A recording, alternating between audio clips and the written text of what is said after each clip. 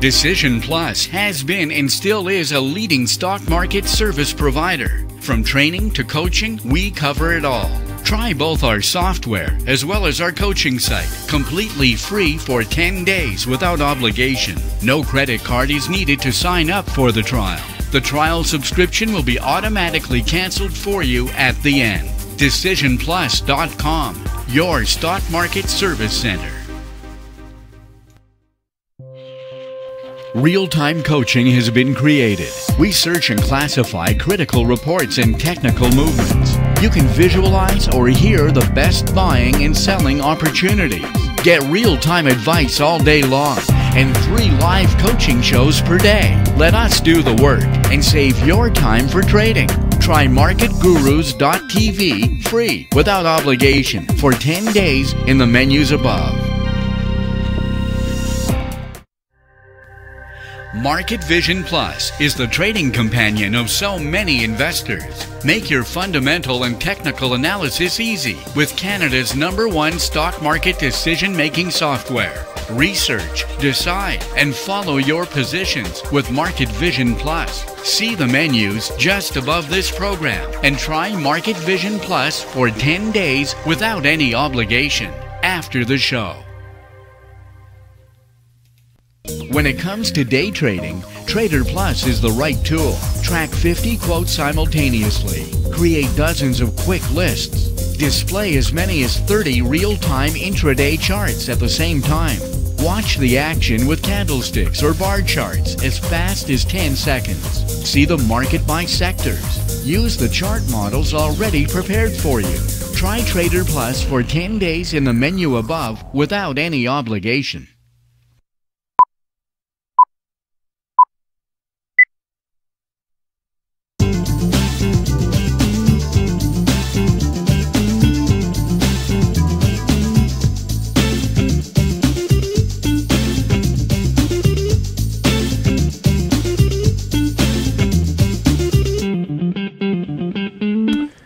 Hello everybody, welcome to the Swing Trading Show. Today we're Thursday, July 2nd, 2015. Hope you had a great Canada Day holiday yesterday.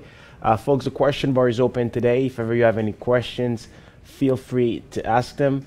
On the markets today, we had a slight rebound at opening, and this rebound totally deflated, because what happened on indices is that, technically speaking, we rebounded for the yesterday also as well in the US market to reach the 50-day moving average, and now we're neutral. So most sectors that were in a bearish cycle in the US are now coming back into a neutral cycle. See the situation too on the Dow Jones. We have tested the 30-day moving average in red, and now we're going down, stabilizing, forming a new sideways formation.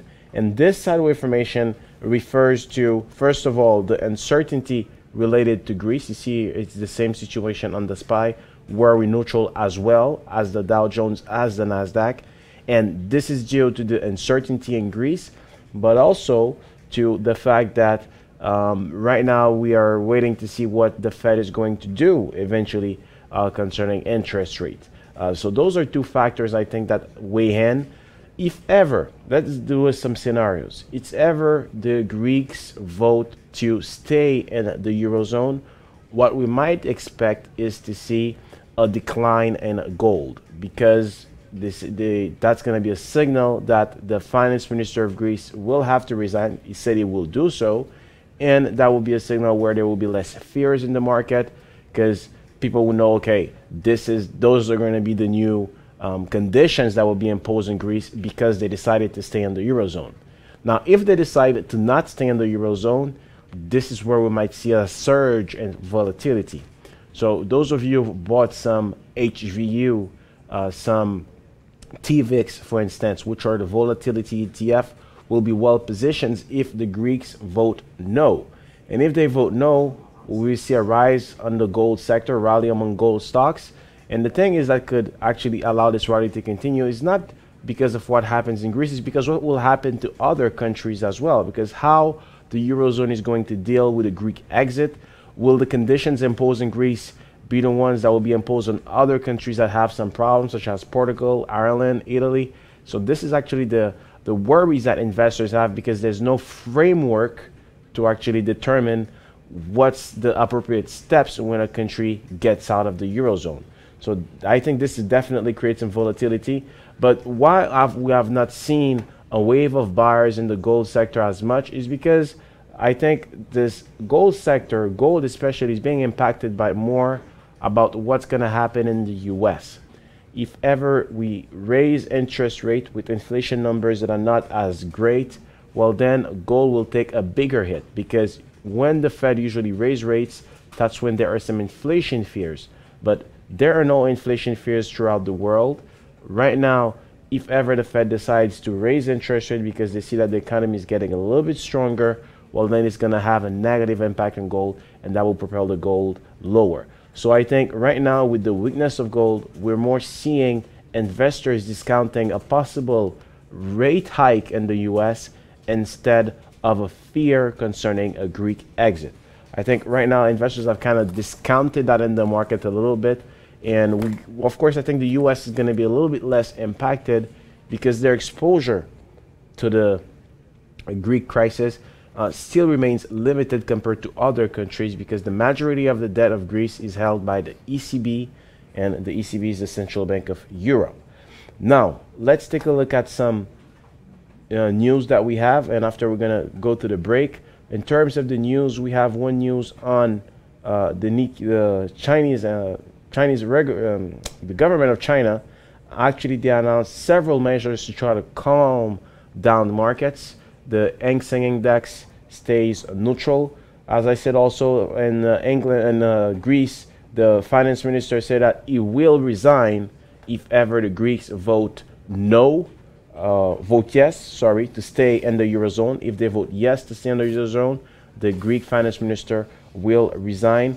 In the next segment, we're going to take a look at some news that we have on the US and Canadian stocks. And as I said, we're open to your questions, folks. The question bar is open. If you have any questions, feel free to ask them. Besides that, in terms of the sectors on the Canadian side, we have most sectors that remain totally flat. Gold remains weak, but today the best strategy was to continue to take some profit on some of the positions you have open at the beginning of the week or last week.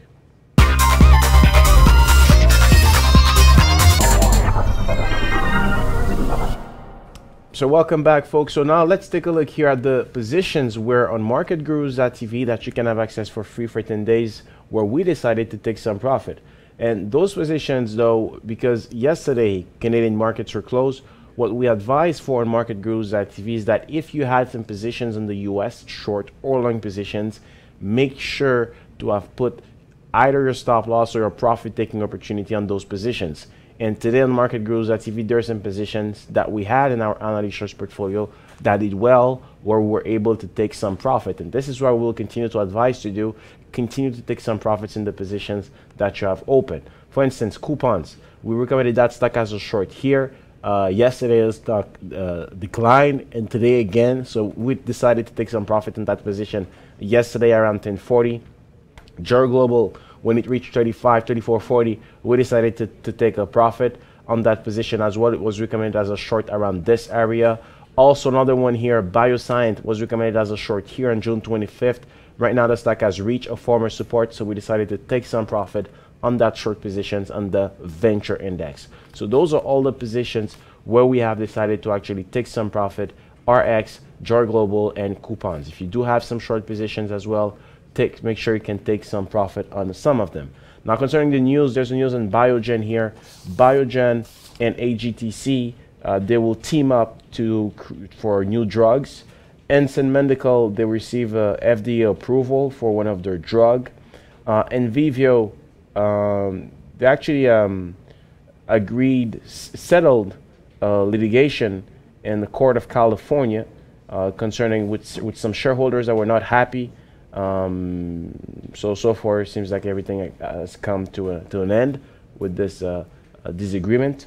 Now, PayPal, they acquired Zoom for $25 per share, or $890 million.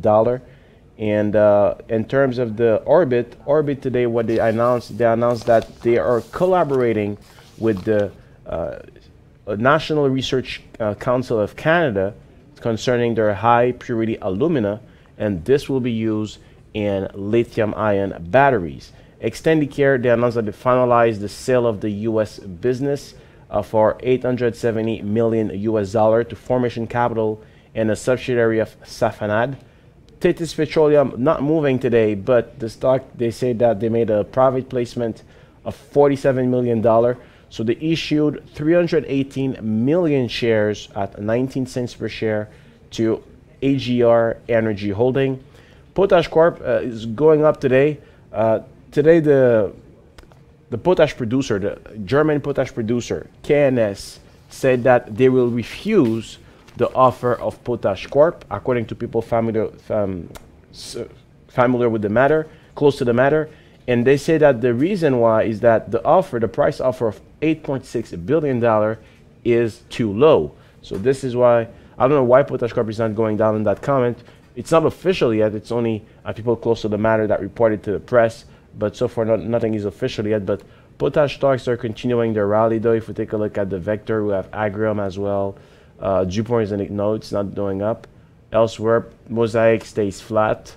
Monsanto keeps slightly to rebound. So it's really weak in terms of the rebound and the momentum that we have in the potash sector. And all this, I think, if the deal goes through, we could definitely see a wave of buyers coming into the potash sector, because the main goal of Potash Corp is to acquire this company and then to cut off supply, bring prices up to increase its profitability. Another last news here is about Legacy Oil and Gas.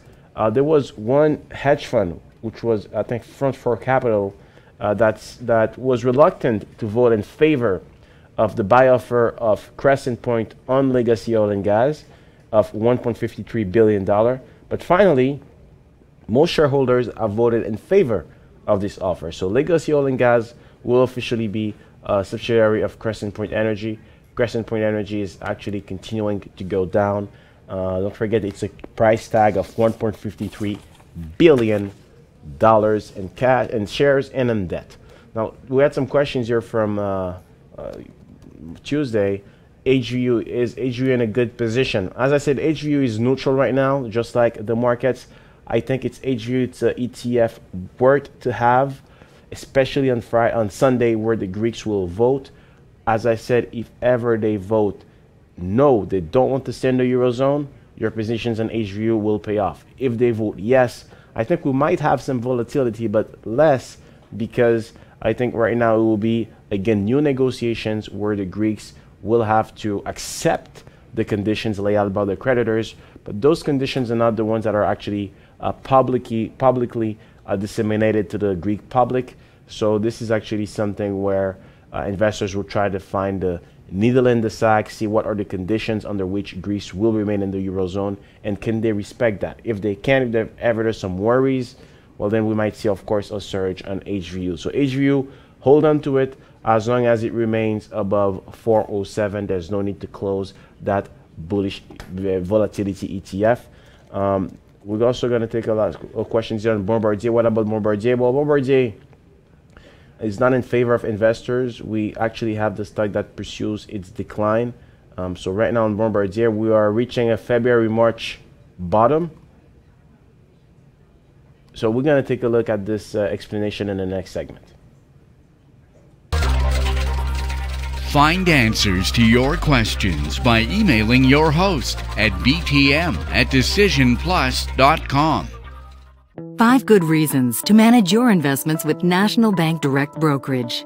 Commission fees fixed at $9.95 anytime for all clients and starting at only $6.95 for active investors. No administrative fees if you hold at least $20,000 in your accounts. Registered accounts available in U.S. currency. Powerful tools to help you manage your portfolio. Award-winning customer service and satisfaction levels amongst the highest in the industry. To learn more, visit nbdb.ca or call us now. Real-time coaching has been created. We search and classify critical reports and technical movements. You can visualize or hear the best buying and selling opportunities. Get real-time advice all day long and 3 live coaching shows per day. Let us do the work and save your time for trading. Try marketgurus.tv free without obligation for 10 days in the menus above.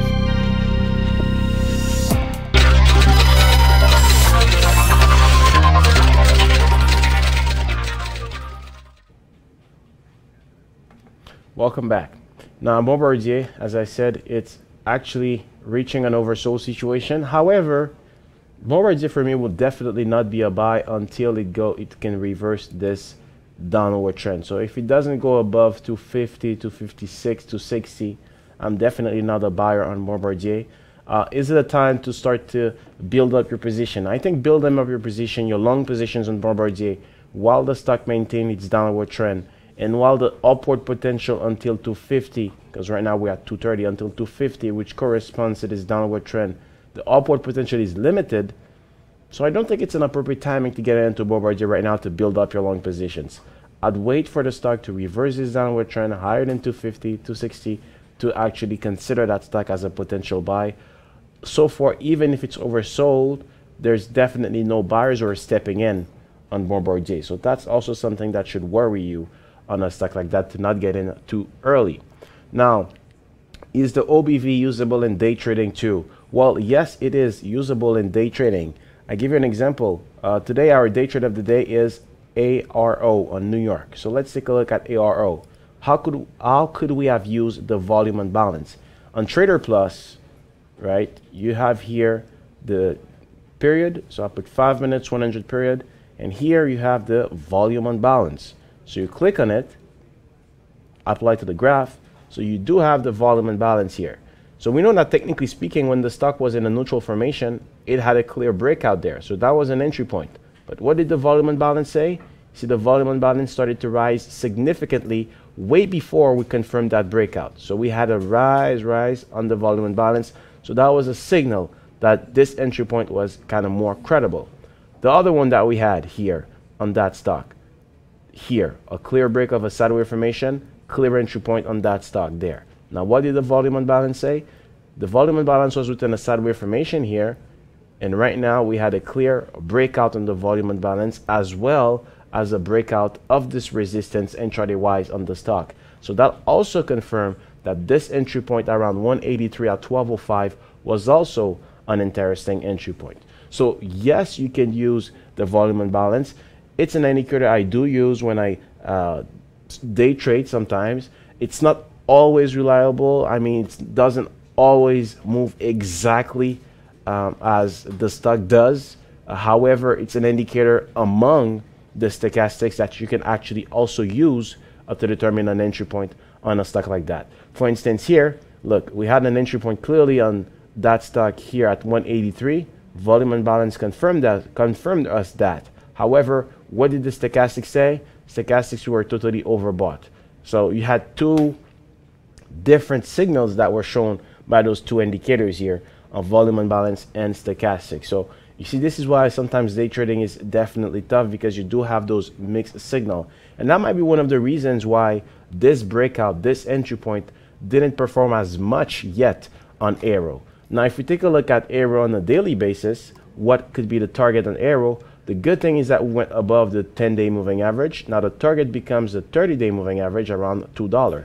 So there's about 15 cents to be gained more on Arrow. So those of you who bought that positions here at 183, you know that at 199, $2 maximum, this is the point where you're going to have to trigger a clear closing of that position, profit-taking opportunity on a stock like ARO. So that's it, folks. We do have markets right now that remain neutral. All eyes on the Greek referendum. If you had some short positions that you've opened recently, make sure you take some profit on some of them. On MarketGurus.tv, we did it on several of our positions in the analyst choice portfolio. And so far, I still don't think that today it's a moment to acquire any positions for swing trading ahead of the Greek referendum this Sunday. So see you tomorrow on the Swing Trading Show on DecisionPlus.com.